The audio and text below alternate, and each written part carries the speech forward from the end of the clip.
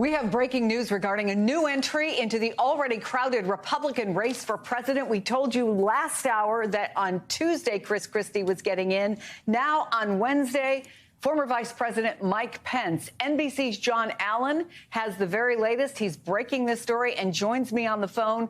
John, what can you tell us? I can tell you Mike Pence is in. As of a week from today, he will be doing video probably in the morning, and then a launch speech in Des Moines, Iowa. His campaign is very focused on Iowa, as are a lot of campaigns, as a place that they believe is very hospitable to the former vice president, in part because of its strong evangelical Republican base. So he'll be doing that speech sometime on the 7th, and then there's going to be a town hall later that night. We know, we were just talking about this in Iowa, the first place to vote, how important the evangelical vote is and how important it can be for bragging rights to win there. Does he have a plan? How important will Iowa be to him? I mean, his team looks at Iowa as pivotal. As somebody familiar with his plan said to me, he plans to campaign in all 99 of the state's counties. Plans to do town hall meetings, do drop-ins at restaurants, basically camp out in another Midwestern state not too far from his own home state of Indiana. A lot of people have been asking the question, how are you if you're Ron DeSantis and you're 20, 30 points down, take over from Donald Trump? Now we're talking about someone who is barely in single digits.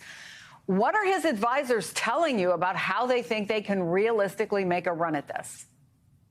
Well, I think they believe that polling is not static, that public opinion isn't static, and they believe that they can take a message into Iowa, potentially win Iowa or do very well there. I think if he doesn't do well in Iowa, the campaign is likely over. That's my analysis, not what they're saying to me.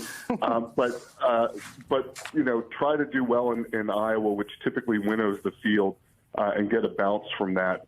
And then increase fundraising, polling, what you would consider a virtuous cycle if you're a candidate of things getting better from a good performance in Iowa. It may be that he or anybody else has to win Iowa to remain competitive with Donald Trump. If you look at the polling today, again, not static, but if you look at the polling today, Donald Trump has a majority of the Republican Party. It's simply not enough for one of these other candidates to become just the rival to Trump. They're going to have to cut into the people who are currently saying they're going to vote for Donald Trump in order to win the nomination.